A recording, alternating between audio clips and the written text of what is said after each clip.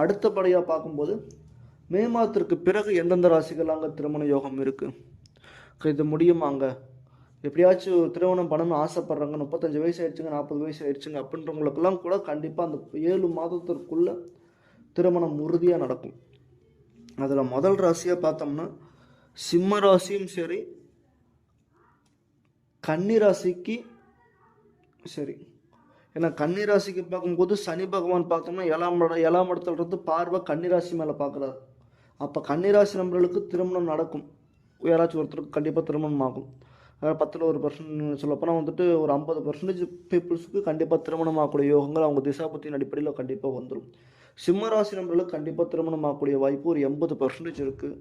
அதே மாதிரி விருச்சிக ராசி நண்பர்களுக்கும் ஒரு 80% வாய்ப்புகள் இருக்குது. அது மட்டும் இல்லாமல் மீனம் ராசி நண்பர்களுக்கு நான் ஏற்கனவே சொல்கிற மாதிரி அந்த திசாபுத்தி அடிப்படையில் கண்டிப்பாக மீன ராசி நண்பர்களுக்கும் 100% வாய்ப்பு இருக்குதுங்க திருமணம் ஆகிறதுக்கான வாய்ப்பு. ரிஷப ராசி நண்பர்களுக்கும் வாய்ப்பு நிறையா.